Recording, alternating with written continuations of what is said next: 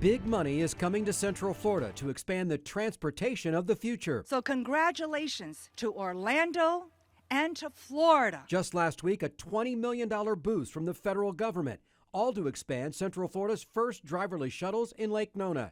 It comes at a time when the state says it's open to being the testing ground for the transportation of the future. Hi folks, and welcome to this on-location edition of Central Florida Spotlight. We have been out and around Central Florida over the last several years, but nothing may be this cool. Right behind me, a driverless shuttle that takes people around the Lake Nona area, and who knows, maybe beyond. This is the testing ground, and somebody with their finger on the pulse of what's happening with our transportation issues and also this community, our morning traffic anchor, RACQUEL Lesa. RACQUEL, thank you for being here. Oh, are you kidding me? You know, I think when this rolled out in September, everybody thought, this has got to be the coolest thing I've ever seen. But you know, there's also some hesitance because this is brand new, I think, for everybody. It really is, and it is already up and running. What have you seen in terms of the transportation impacts? And I also want to ask you about being a resident of Lake Nona as well. Well, it's the first of its kind, as you mentioned. So I think a lot of people are trying to adapt to, okay, how do I interact with this? This is new. How do I follow it? Do I pass it like a normal vehicle? I think the community is still adjusting to it, to be quite honest, Greg. But I think there's always going to be an adjustment period when it comes to anything that's new like this. And as a resident that has followed a vehicle like this, you know, while there may be some frustration following a slower vehicle, I will say it is enjoyable because at least I know there is a future when it comes to transportation that doesn't rely solely on someone behind the wheel.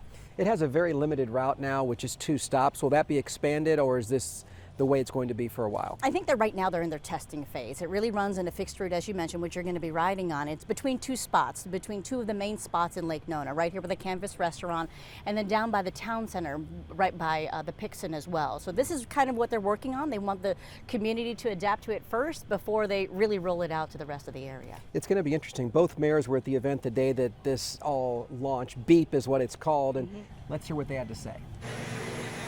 The shuttles are a first of their kind for Central Florida. Both mayors are already considering where else the shuttles could be launched. Orlando already has plans for driverless shuttles in downtown's limo lanes. I don't see that happening in the next year or so, but we're certainly working towards that. Where would Orange County consider putting something like this in the future? I can certainly see something like this of use in our tourism corridor out on the International Drive area around the convention center where we have to move significant numbers of people. Both mayors obviously optimistic about this, but optimism and realism sometimes are 2 different things. Is this a realistic venture for the rest of Orlando?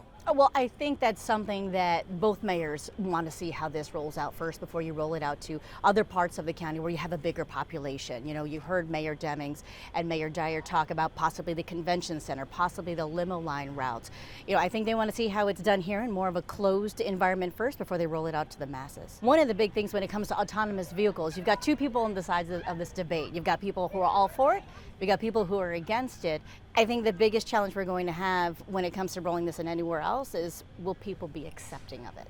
Well, you know what's going to be cool? I'm going to ride it. We're actually going to do for the first time a show on an autonomous vehicle. So when you think about that, that's a first, and you're going to be along for the ride here on Channel 9. What was your initial reaction when you wrote it? Was it that, come on, let's get a move on, or was it at a quick enough pace where you felt like you were getting somewhere? I will say, as someone who always likes to be busy all the time and try to multitask, when I was sitting in there, it gave me a minute to just kind of sit in an air-conditioned thing and follow up on my phone, follow up on emails, make some phone calls, and it gave me that second to breathe, which you obviously can't do when you're driving. Well, you're not supposed to. You do see Exactly. people doing that all the time. All right, we're going to continue. I'm going to take a test drive or a test ride. I'm not going to be driving it. And we'll also do a walk around this vehicle to show you some of the safety features. We'll address that and much more live on location here in Lake Nona.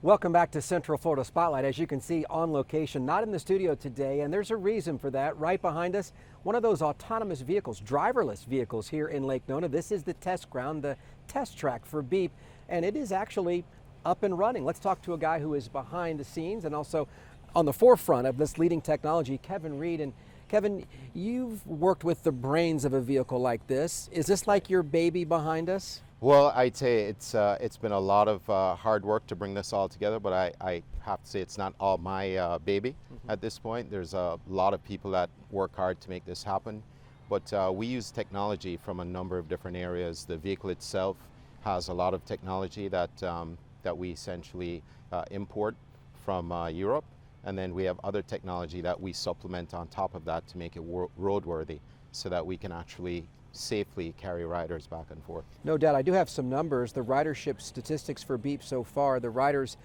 since the launch September 18th, more than 4,100. The average riders per week, more than 725. Are you pleased with those numbers? Very pleased. I think there are two things that really stick out to us. The number of repeat riders. We have a number of repeat riders on the shuttle, and so we were worried at first that this would just be a novelty factor, and then people would ride it once and say, okay, we could check the box, we've been on the autonomous shuttle, but we've had a tremendous amount of repeat riders. The other thing that sticks out as being very positive is the number of people that have had very positive things to say coming off the shuttle. I would say that we very informally have way more than a 90% approval rating. Explain that technology and how much of cutting edge technology is happening here in Lake Nona. Very much cutting edge. You know, it starts with the vehicle has to know where it is. So there are, I would say, 3 key technologies that are all working in unison with each other to make this work. One of them is knowing where you are. So think of global positioning or GPS systems, but very accurately knowing within a few centimeters exactly where the vehicle is at all times. That's very important.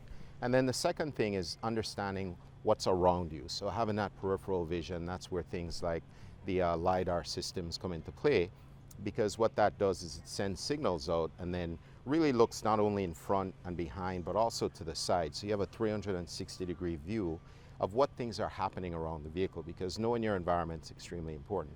And then the third part is really the awareness of the objects that are moving around. So having the brains within the system to be able to look at objects and say, this one is increasing, therefore it's getting closer. This one is decreasing, it's getting further. Here's something that looks like a pedestrian, let me just honk at it or beep at it, and no pun intended. And then as you get closer, if the object isn't moving, let me stop and wait until the path is clear. So those 3 technologies are really the key to making this vehicle work. We're going to take a walk around this vehicle, and to use a used car vernacular, we're going to kick the tires. Let's do that. All right, here's a good look at the shuttle. It's built by a company, Kevin, Navia. That's right. And so they build it. Do they just build the actual shuttle itself? They build the shuttle and the technology that's inside the shuttle. Okay, let's take a look around. So it basically doesn't have a front or back, correct? No, actually, this particular vehicle, one of the things that we really like about it is that it goes front and back, meaning it goes in both directions. And so whenever you stop at the end of a route, if you have one that's really tight, you can actually just stop and reverse direction and start going in the other So show us how the doors open and how this operates. Absolutely. So let's, if you want to step inside real quick. Okay.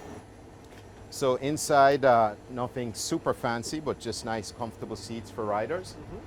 We've got a few things here. We, of course, have seats with seat belts because it's very important. We think eventually, as the technology gets to the point where it's widely adopted, then we'll have people standing as well. But for now, safety first. We make sure that all of the riders are seated with seat belts on. So you can see in here we could fit 11 people. These are fold-down seats. And our safety attendant stays over here and has a screen that they can use. So this touch screen over here is where you can essentially operate the vehicle. You could tell it to go into autonomous mode, or to the extent that you'd like to take manual control, you could do it there as well. And it's a video game controller. Xbox is That's actually right. what that is. It's actually an Xbox controller. So why have an autonomous vehicle when it still has to have an attendant? Why not just have a vehicle that has an attendant in all the time? Well, it's really just more for the safety purposes. Right now, if you look at the law the way it's written, you don't need to have a safety attendant, but it's very important for us as well as for Tavistock as we run here in Lake Nona. Safety is just the utmost priority, and we want to make sure that the riders feel comfortable. So the idea would be to have someone on board who is trained on the vehicle so that if there is an issue, they're not just happening to be here to be comfortable for the passengers, but also has the ability and the training to be able to take control over that and actually drive the vehicle with the Xbox. All right, so we've taken a look at the inside, Kevin. Let's take a look at what keeps this vehicle from hitting another car or, heaven forbid, a person. Sure. Well, it starts with looking at the typical functions that are familiar to people, like the wheel, where we have odometry equipment that sits behind it, measures the inertia within the wheel, and makes sure that when the throttle is not happening, the brake is being applied because it's electric motors. Across here, we also have shut-off, emergency shut-offs for safety purposes. And then in the front of the vehicle, you'll notice that there's a lot of equipment that looks a little bit different. We have LiDAR equipment that sits down low that has a 180-degree view. There are four of them across the vehicle. That's right. And then we also have 360-degree LiDARs on top. We have two, one in the front, one in the back, because again, the vehicle runs in both directions. So it's important that we have the ability to do both. And then we have cameras, because the cameras are actually looking and trying to identify objects as well. So the combination of all of that allows us to really not only determine the positioning of the vehicle, but everything that's around us from a safety standpoint. Why only 10 miles per hour? The issue that we're really working through right now is just the adoption. The way the technology works right now, there's a certain range that you can see within the LiDAR. You want to be able to process things, but most importantly, when you apply the brake, you want that to be a reasonable experience for the riders on board. And so until we get to the point where we feel comfortable that all the obstacle detection is just absolutely bulletproof, we would rather give ourselves a little bit more cushion. In other words, be able to stop quicker and not have the riders go through an experience very different, braking hard from 25 to 0 versus braking from 10 to 0. All right, I don't know about you, but I'm ready to take my test drive. We'll be right back on location, Lake Nona. We're going to ride this autonomous shuttle known as Beep, but we're going to take you along for that entire ride. Stick around, that's next.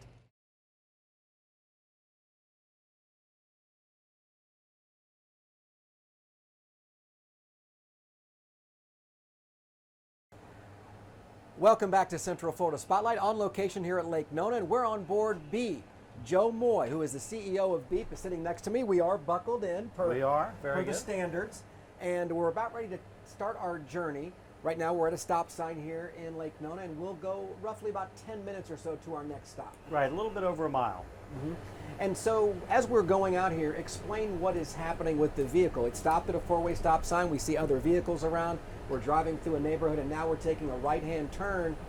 What else is happening here with the vehicle? So Greg, the vehicle operates just like a human would operate as it relates to the environment. So as we just saw, it comes to a stop sign. It's programmed to recognize that stop sign, stop, ensure there aren't any movements coming from any of the directions that would interfere with the shuttle's operation, obviously letting the others go through the intersection, and then it gets back in the right-hand turn on its path, programmed to drive exactly like a human would. So here we are at Lake Nona. We've got a nice path here, and this is a burgeoning community, yet it doesn't have the hustle and bustle of downtown Orlando. Was this the perfect proving ground? It really was, and that's an excellent point. Not only do we have a great partnership with Lake Nona and the Tavistock Group, but as importantly, if you look at the routes that we're going to be expanding on beyond just this route, it's kind of that perfect distance of a mile to 2 miles, kind of what we call that first mile, last mile form of mobility. But it also represents great origin and destination points that enable us to take the residents and visitors and the businesses in the area from key points across the entire community, which is ultimately the plan. Do riders get to climb on board for free and take this transportation? They do. It's a free form of transportation today. We're looking at various options in the future and how we generate revenue. Advertising is one example of that.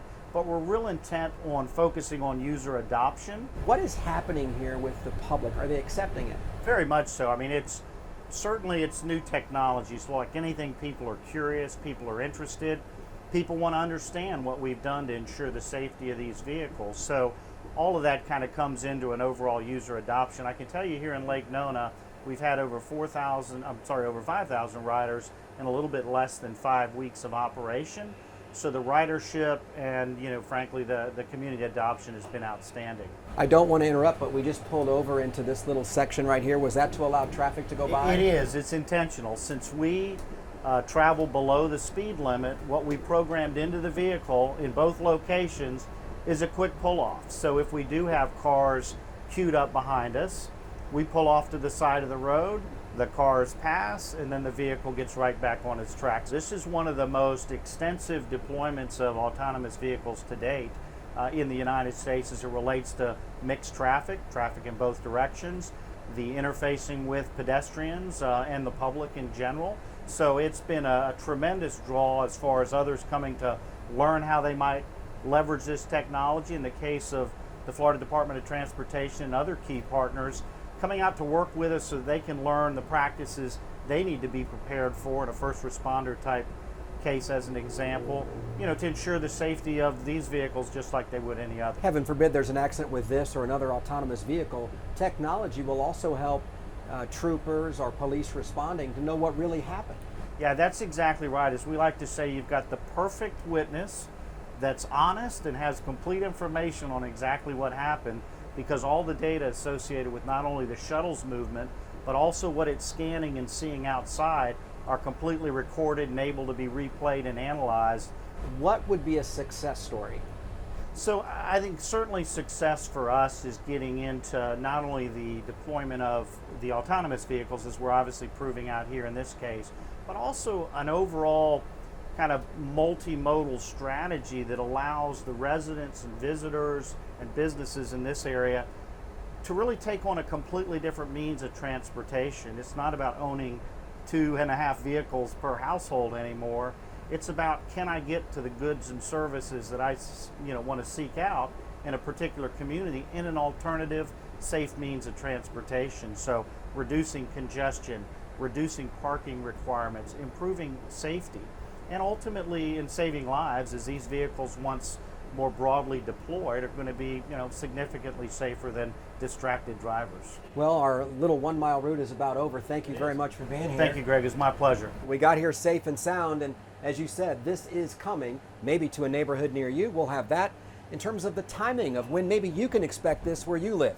That's next on Spotlight.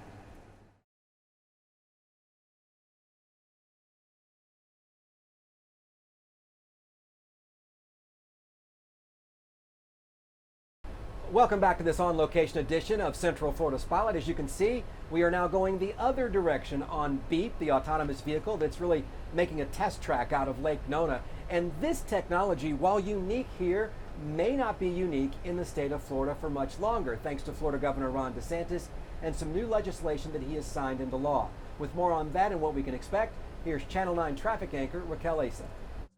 It's the first time the Automated Vehicle Symposium had ever been held outside of San Francisco, and it's all because of friendlier laws in Florida for autonomous testing.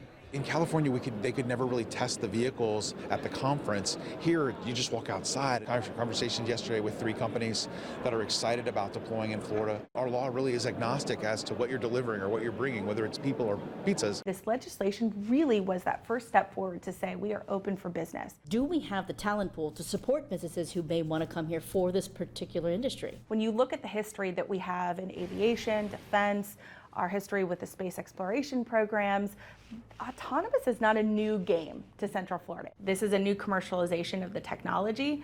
Again, back on board Beep. I love that name because it's a nice, polite beep. Jim ZBORIL is here, and this is your baby as well. You're out here at Lake Nona, and the autonomous vehicle technology is not you, but the innovation of Lake Nona is. Explain. So started with the company about 15 years ago, before we had one road or one building or really anything here.